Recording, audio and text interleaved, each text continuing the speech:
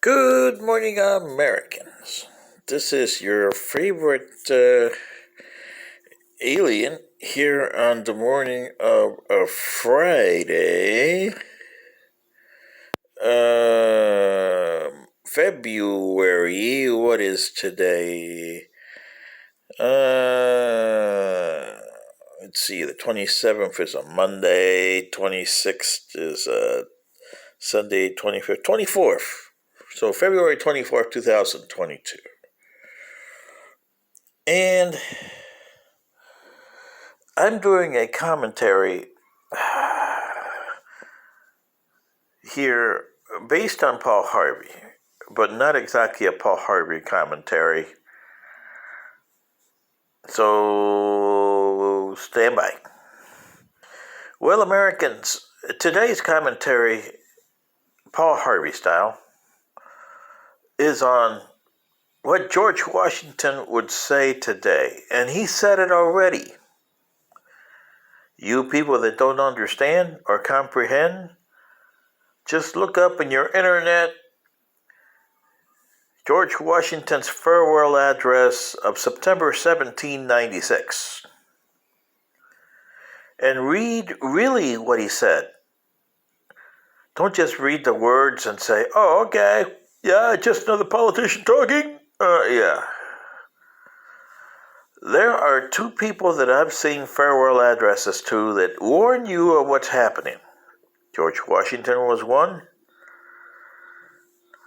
and Dwight David Eisenhower, when he did his farewell address in 1961, I believe it was, did the same thing. His, you know it because you got the expression that all of you say, but none of you understand or comprehend the military-industrial complex. Okay? George Washington knew that. And in simple terms, George Washington told you in all that farewell address, in simple terms, was Americans are going to become the unintended consequence of what's going on. Unintended consequence. And what he meant by that was, okay, we're going to increase your lifespan. We're going to increase the way your living is. You're going to feel a little better, but that's an unintended consequence of what we're doing. Okay? Unintended consequence.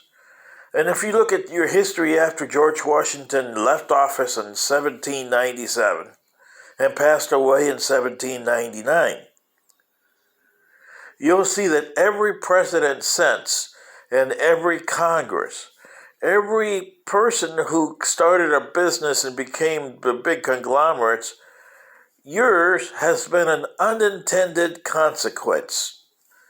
And there's more bad than good there.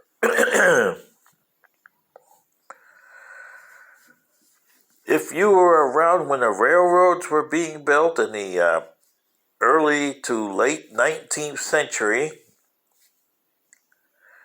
in fact, they got to a point where they're overbuilt in the 1880s. They were overbuilt, okay?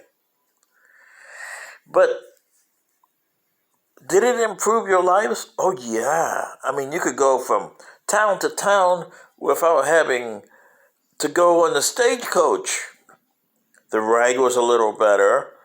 You got at least some food. Didn't say primary food. I said some food.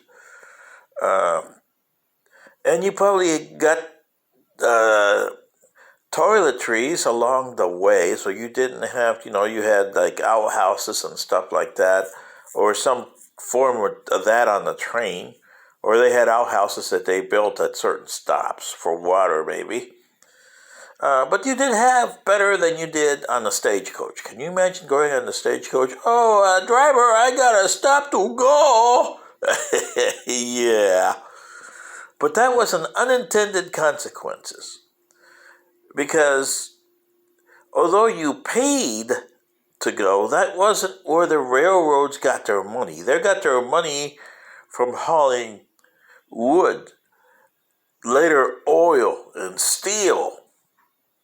That's where they got their money from. And they got their money from land. They got lands, and sooner or later, this route is not as profitable as this other route over here. Say, if you're the Santa Fe Railway, do we really want to go to Yuma, Arizona? No, man, we'll sell that to some other second-rate thing, and we'll, they have to pay for the land, and if we want to, they want to keep our track, they'll have to pay for our track. The government does not control the railroads. The tracks are theirs.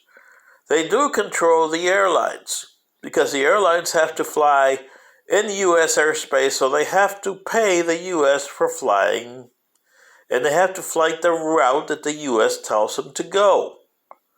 They have no control over that. Same with the shipping lines. They have no control over the United States maritime laws. But the railroad is a different story. They control everything.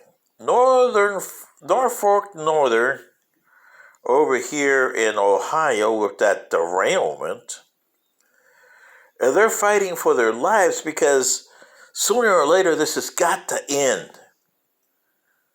And it's got to end all over the United States.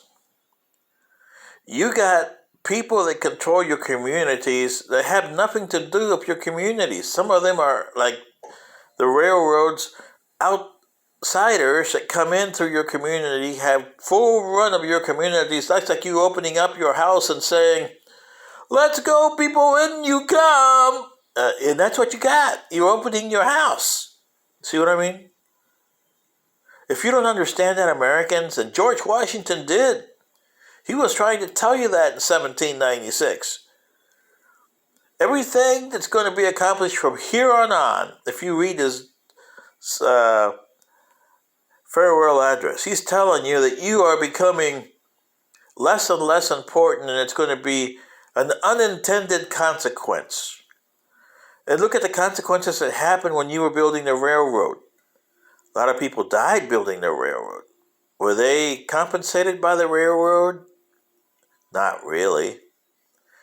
Some of them were thrown and buried underneath the railroad tracks, especially Chinese.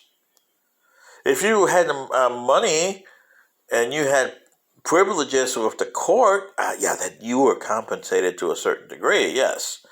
But most Americans, even today, don't have that. So you don't get compensated. And if you say, "Oh yeah, we can go to Morgan and Morgan, more. Yeah. And like here in Florida, Dan Newland, or Ruin Sifra. As they say, well, we represent 3 counties here in Central Florida. Yeah. But you don't understand lawyers. They're not there for you. They're there to get you the most money they can, not because of you, but because it's a 33 1/3 goes to them. Okay? So they say, "Oh, you don't have to pay unless you win." Of course. Because the insurance companies have laws that they have to give you at least a minimum. They don't like that.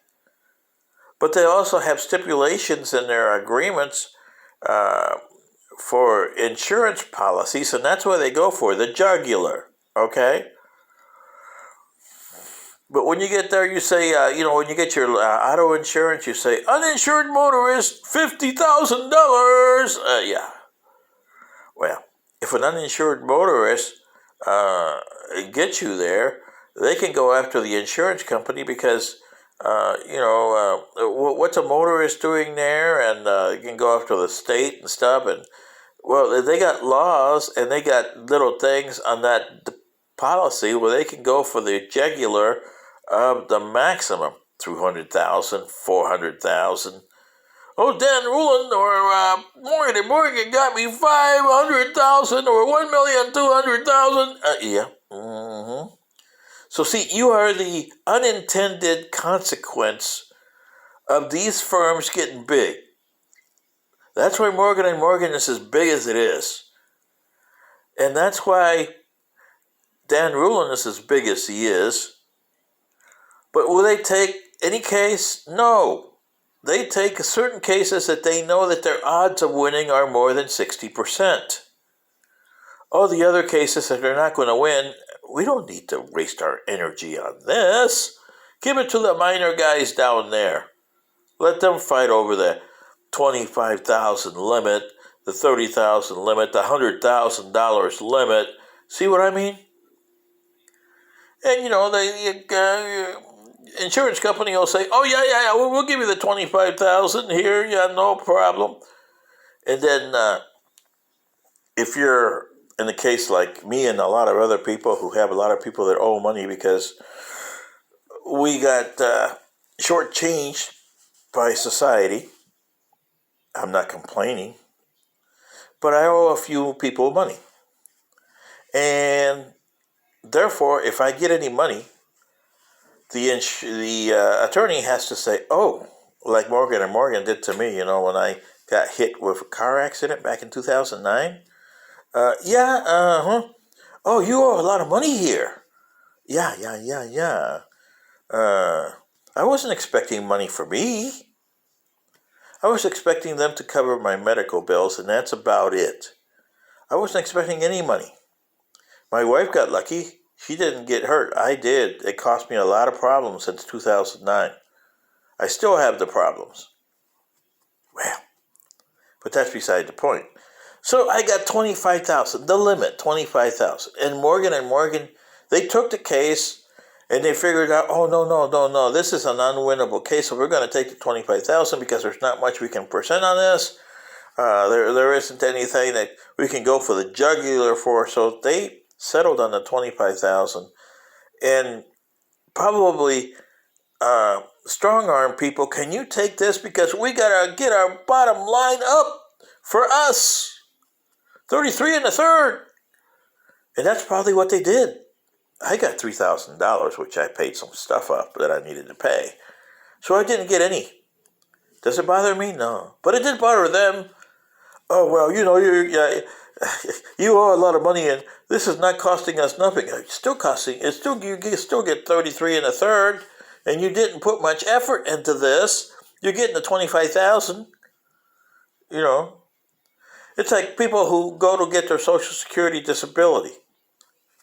$2,000 is a maximum an attorney can get from the federal government. That's why they don't like to handle your case, because it's $2,000 is the maximum. See what I mean, Americans? And this is not only attorneys, doctors, anything you do, your bosses. When they give you a raise, there's a certain amount that they have to get out of you. Remember, you're the lemon, and they got to squeeze the lemon for whatever they get. Because that is their source of income. Whatever you produce is what they get. If you don't produce much, you're fired. You're a lemon. And then again, they get the other lemons, like the Fords. Well, and they don't like those kind of lemons, so they try to avoid that as much as possible when they hire people. But nothing is 100%, and they usually get around 2% lemons. They throw you out with nothing. This is what George Washington was trying to tell you, that you have to watch out your community yourselves, because you're open, and whatever you get that makes you better is a minor thing.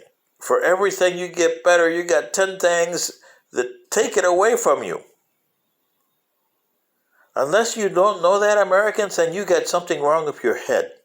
This is the way your country has operated since George Washington left office in 1797. And this is why he was disillusioned when he left. He thought it would work out the other way. But capitalism has killed you big time. Worse than communism. And communism isn't that far better than capitalism. They're both about the same par. You have to find a form of government that looks after you and mitigates the outcome. Looks after the planet, looks after the people that were life forms here, that were here before you, i.e. the snakes, the spiders, the crocodiles. Those things have a place in nature, and without those, you will be extinct sooner than you thought. Do you listen to that? Hell no. You only a word of, hey, I need 4 houses to live on. Or if you're Mrs. Farina, who used to be the CEO of this company, I can't live on 19 million a year. Yeah? Really? So what's wrong with you Americans? Case in point, this community of East Palestines, Ohio, they're going to be screwed and watered down and shaken like a rag until the last inch of whatever they have to offer the government and Norfolk Southern, well, they'll squeeze you there, and then they won't give you, they'll just give you pennies on the dollar. So for every dollar that's sold of you, you get a penny. And people will be dying for the next 7, 8 decades because of the stuff that they put on there. Because you guys are, like I said, you don't own anything, really. You say, oh yeah, but I got something that I owned it, I paid it off by cash. Eminent domain says you don't. Government owns it. Big corporations own you. And when they say, open your house, well, open your house, boy, because we're coming in. This is your favorite alien. Good day.